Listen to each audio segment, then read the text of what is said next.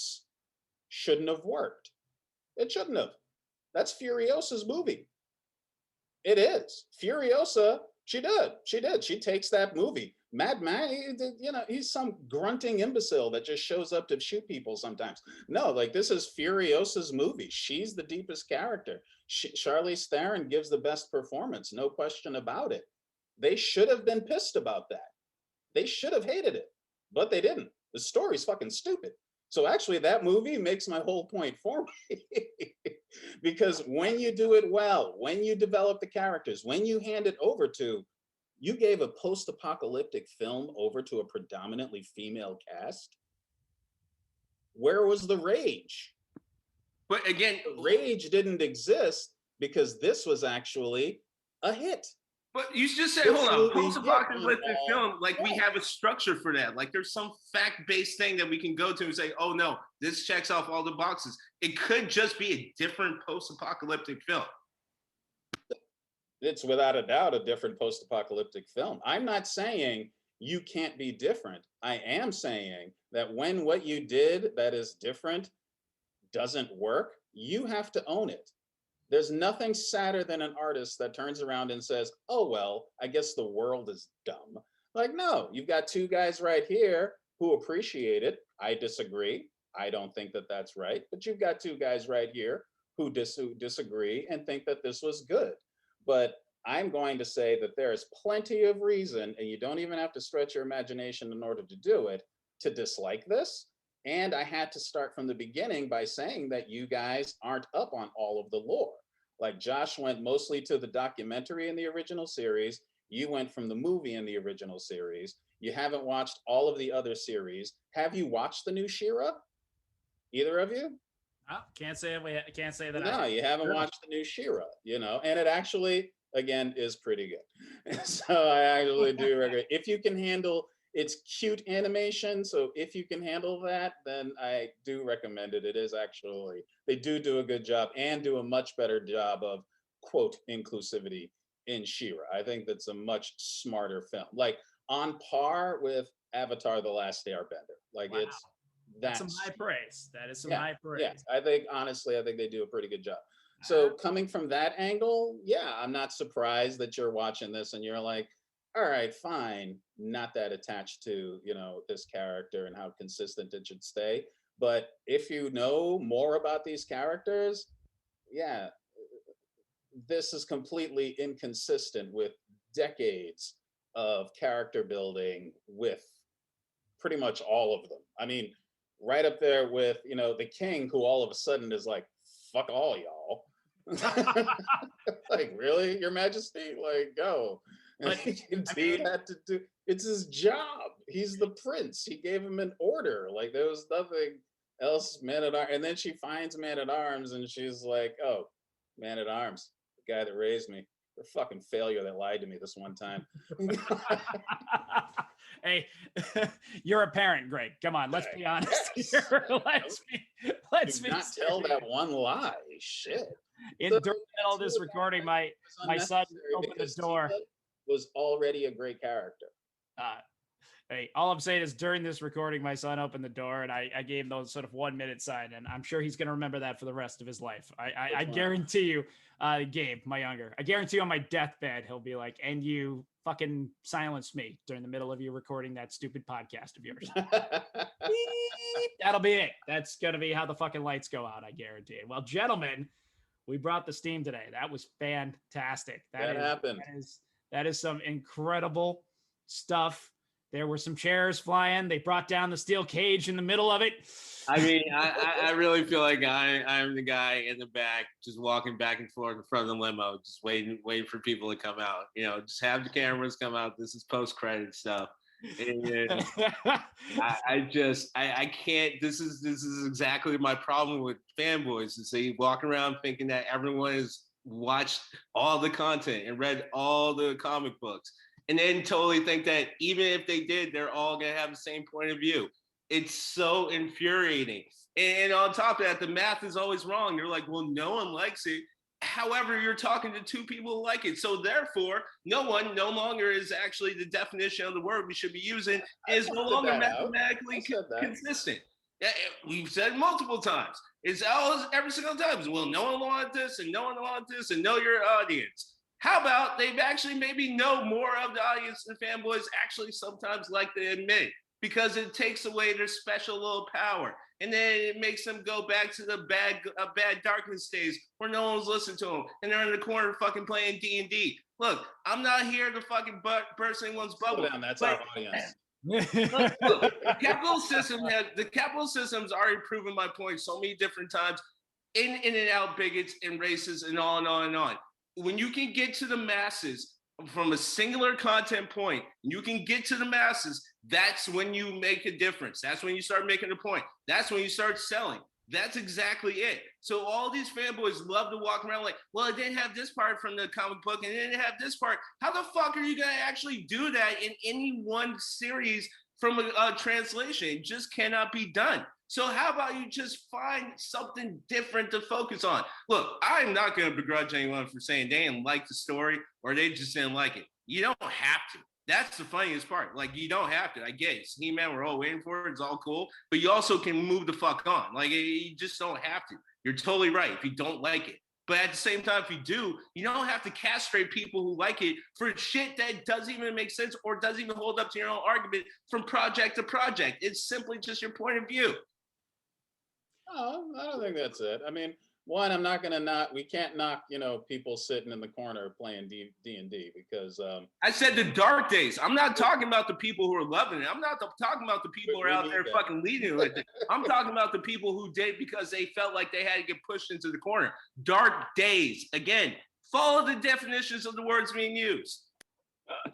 For those of you watching, Greg just. That. Yeah, I think I followed that. I wouldn't say. Like we're gonna just say that anybody who has an opinion against it is going on it just because it was missing of this and it was missing of that. Like I pointed out before, if it hit, no one would care. Yeah, that's just it. No one would give a shit. No one cared about how fucking weird and grounded. That's totally wrong. No one cared about how grounded the Nolan films were. They were just like, damn. Plenty of people did. Good. Nobody. You were just in the bubble of people who liked it. Plenty of people did. Literally, I pointed out 2 episodes ago how fucking stupid the first movie is, and really, actually, all of them are. That's just your opinion, Rashawn. Exactly, which is the point. Plenty of people thought it was stupid. You're over here saying no one thought it was against the grounded part. No, that's what I'm saying. Like you can have that, but when it's a hit, people don't care. Well, for those of you watching, this is the part where Rashawn got in the limo afterwards and it blew up and we're leaving on a cliffhanger, but it does allow us to just tease a little segment that I'm going to let Rashawn, we had talked about doing it before. We're going to give Rashawn a little quick segment coming up in the show where he can address the fanboys specifically. So you stay tuned for that. We want a little special bit here. For the 3 o'clock. I want one too, man. Fair's fair. Okay, fair's fair. We'll give it. We'll work it on out. We each need our own angle. But Rashawn has called out the fanboys. He has said, "Come at me, brah." That's how that's going. Come at me, bro. I can take it. It's all in the reflexes. So we're looking forward to that. I think that's going to be a special time. 3 o'clock. You got to be a recurring thing. It's just Let's try it. Let's see how it goes. The mood's right. Right? Well, all right. Let's see how it goes. Done that to even be every week, but we're just teasing it here for the Steam peoples. And now our all-male our all-male fan base after the boobs make everything better reference at the beginning of this episode. So, I was gonna say after he dissed Courtney Cox, we're done. Oh, he was in Friends. Like we're fucking done. Friends was fucking garbage. I already went into that. Okay, and I even got to take. And there she goes. And I got to take back my own words because I found the sitcom after way back, calling back to episode when I said we can get rid of sitcoms. I found the sitcom that defied that, which is Schitt's Creek. So, and it has guys kissing. So you should be all good with that. Like they went there. They had met. That's the part where you say get rid of sitcoms. I am totally against that. Well, I guess I got by you that episode, but I just said, that was one of his. I went there. I was like, fuck the sitcom. A lot of the reason I said it was because of Friends. So that's it. I'm not going to lay that squarely at Courtney Cox's feet. I put it on all of them. And there were other people there. Yeah, there were other people. I'm not going to put that all on her. There were other, and actually the best actress in that is Lisa Kudrow, because she's the one who has, in my opinion, done the best work after it and done some of the most serious work. Because my wife is a big fan of that show, and we watched the reunion special, and she was the funniest one in the reunion special. By far, yes. Kudrow is without a doubt the best. She's funny, she's a good actress, and she's serious. So there you go. I won't even just totally hate on it. I don't like Friends. But anyway, we're moving on. But all right, I think we handled ourselves with a lot of aplomb there. We did all right. I'm gonna let Greg start with the Star Child lead out for this week. What do you want us to take away from this, and what do you want us to remember this week as we go? Go. You're not going on life's adventures properly if you're not trying every single thing. You're not gonna love every ride, but as the great Hunter S. Thompson said, buy the ticket, take the ride. And I recommend it, even if you don't like the premise, or it's like, you know what, take the ride, give everything a try. And he did. Even to the point where he mentioned adrenochrome, which brings us back to QAnon, which brings us back to Triclops. Okay. I was feeling rather Steven Seagal like there, Oh, bringing it all in.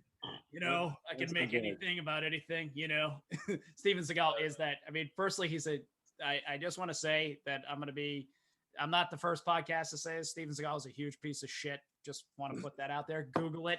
I didn't make it up.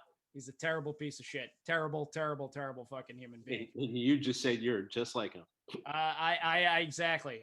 Yes, definitely in the conversation. He's always the guy like, hey, I know everything. You go on. It was like, I've been training dogs for 25 years.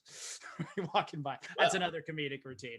I'm stealing there, so I don't want to steal too much. But there's a comedian out there who talks about there's always that one know-it-all friend. So I'll give you that. I'm probably that know-it-all friend. I will take that.